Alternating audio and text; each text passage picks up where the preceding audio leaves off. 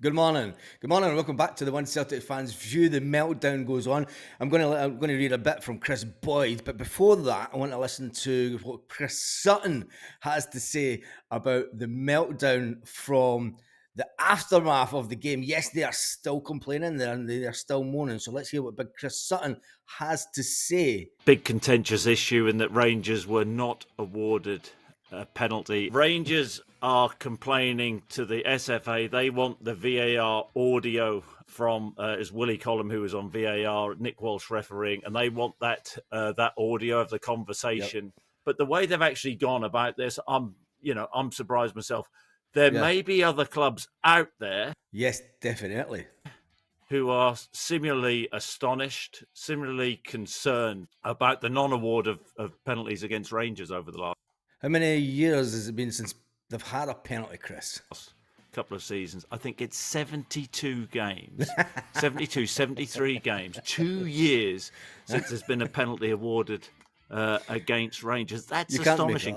Do not blame Willie Collum for your deficiencies, Rangers. Fact of the matter is, had they had a centre forward who could put his boots on the right feet, they may have actually ended up winning the game. Had other players, Todd Cantwell hasn't turned up for a meaningful Celtic Rangers game since he's been at the club. So, if you're looking at someone to blame, Rangers, blame your own players. Do not blame Willie Collum because, essentially they came to the right decision, however they did it. That's brilliant, Chris. Anyway, move on from that. Big Chris Sutton absolutely slaps down the Safeco, slaps down the Rangers and says, look, your players didn't turn up. Celtic were better than you, and stop blaming everyone else, bar yourselves. Chris Boyd, before we go into Chris Boyd, there is some Celtic transfer speculation I want to talk about, and one player that is looking like he will leave. One player that won't leave is Matt O'Reilly. But before that, I want to talk about the madman, the Mr. Meltdown. Mr. Meltdown, yep, you all know who we're talking about, Chris Boyd.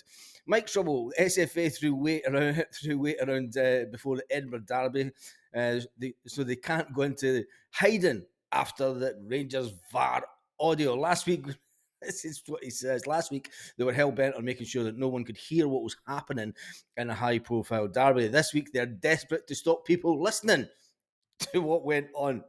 He's still going on about it. They still are demanding the big push must be open and the Lanarkshire Referees Association. The Lanarkshire Referees Association has to answer to us. Anyway, we move on for that. He was going on about the SFA fear transparency, Rangers fear transparency because they've never showed anybody the real books. Anyway, move on from them. He's had a bit of a meltdown in his column in the paper, and we'll leave it at that. Right, let's get back to some transfer speculation because there is a bit of transfer speculation kicking around this morning. There is the one with Matt O'Reilly that the manager has said. The manager was asked about transfers in and out of the club, and he was asked if he fears anyone leaving the club, and especially Matt O'Reilly, and he simply replied no. There's absolutely no chance that Matt O'Reilly will be sold at this transfer window, which does open up speculation to whether or not Matt O'Reilly will be sold in the summer for a sum around about 30 million. Personally, I don't think so because I think Celtic need to go into the Champions League if they win the league.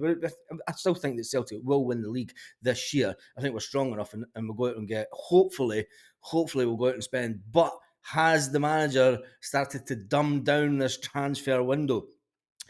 Dumb down the expectations of the fans. The fans know that we need 2 or 3 good quality experienced players. I'm not going to use quality because I think that's disrespectful to the current players that we have, saying that they're not good enough and they don't have the quality. And I think that's maybe why some of them have down tools a bit this season with the manager coming out and saying that.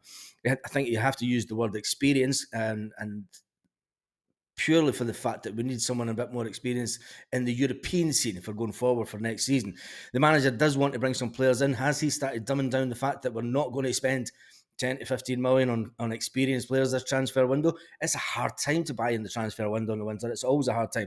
But with the news that came out yesterday that Celtic were looking at a goalkeeper that once played for, and it's just got Peter Lawwell written all over it. We had the chance to go out and buy a good Croatian keeper in the summer. We didn't do that. There's Lunin that is coming into the last 6 months of his contract. Why aren't we making a move for him? Is it the case that he maybe wouldn't want to come to Scotland in the first place after playing in Spain? That's always a big take. But as we get closer to the end of the season, and if we win the Champions League, we walk straight into the Champions League, and we need to have that experience in now. We need to have that in now so that it gels the team for next season. And that's the only reason that I'm saying that we need to get the experienced players in. I'm not saying we've had enough potential, and we look at it now. There is one player that looks as if he's going to leave after only playing 2 games, and Celtic are still sniffing about Scott McKenna. And I'm going to tell you why I think this Scott McKenna one will go through, unfortunately for a lot of Celtic fans. Scott McKenna cost $3 million from Aberdeen a couple of seasons ago. He does run out of contract next year. Yeah, this summer he runs out. We're in 2024 now. How could I forget? He does run out of contract this year. Nottingham Forest are trying to keep a hold of him, but I think Celtic could make a move for him because of the Scottish contingent for European football for next year. Now, we are going to lose one Scottish player this season. At the end of this season, we're guaranteed to lose one Scottish player in the name of Turnbull. Whether he goes this transfer window or whether Celtic let him run down his contract and leave for absolutely nothing, it's still a bit of a bone in contention for me.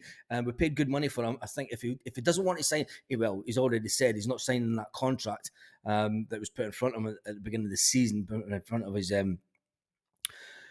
agent. He doesn't want to sign it. So for me, I would get rid of him this window. And that's why I think that for the Scottish contingent for European football, Celtic are going to make a move for McKenna, unfortunately. Now, is he what we need at Celtic? Is he good enough for Celtic? A lot of people say no. The fact that he's went down there and he's not even sort of in the team on an ongoing basis at Forest could be a bit of bone in contention. People will say, look, he's not good enough. But I think, knowing the way that Celtic are working right now, I think that they're going to bring in a Scottish player. They're going to have to bring in a Scottish-based player or a Scottish-born player. And McKenna looks like one that's going to fit the bill because we're going to let Gustav Lagerbielke go, which is a bit of a disappointment for him because I thought Lagerbielke could have been a good player. He had a good start to the season, but we don't see what's going on in the when they're in training on the pitch. Marco Tilio looks like he will go back to Australia. He is obviously the one that is away with the Asia Cup, but he looks as if he's going to go back on loan to a side after being on Asian Cup duty. Celtic are eyeing a move for a winger from Rapid Vienna, it's been said. They've been tracking this 24-year-old German all season. I'm not going to say too much about that because until we get anything signed solid, there's no use adding to speculation on players and coming in and saying, I would like to get this player in, because you know what the Celtic are like. We can see that as fans, you could probably see one of the best players in the world that we can get for absolutely bargain money, like we could have in the Brøndby striker. But a lot of people say, look, the Brøndby striker's been off the boil this season. If we had got him in at Celtic, I mean, he was fantastic for him last season, and maybe he's went off the boil because he didn't get that move to Celtic. You've got to think of what goes on in the mind of the players after a lot of transfer speculation happened. Like what happened to Rio Tate at the beginning of the season. His form was terrible, and I still put that down to the fact that there was all this speculation in the background that he might get the move that everyone thought would happen with him. A lot of people thought that he might follow Ange Postecoglou down south. But me personally, if no offers come in for him, he's still got to be professional enough to do the job on the pitch. And that's why Turnbull got the piece of the action at the beginning of the season, because he was more in form. And he was obviously hoping to get a better deal from Celtic. So who Celtic are going to bring in, it is anybody's idea at this. Nobody can guess, because I think Celtic have got their A-list targets that Brendan Rodgers would love to get into the club. And you know that Celtic are going to go. They're going to come in with some C-rated players probably. But we'll wait and see. Transfer window has not opened just yet. It is about to open. So once we get this game out of the way today, we can all start adding to the speculation and talking about the Celtic transfer window as it opens, and the international window opens also. Tell me what you think the score will be today. I'm going to go for a Celtic win. There will be a live before the game today once the team comes out, and then I'm off to the pub to watch the game. So join us for the live just before the team is announced this afternoon. And on that note, have a fantastic day. And Mr. Meltdown, Boyd, I hope you're loving life just now. And to the Rangers fans out there that watch the channel, you've been a bit quiet recently. Where's all the abuse that we usually get on the channel? Anyway, when it comes to big Chris Sutton, he just lays it on the line as a Celtic fan, doesn't he? I love it.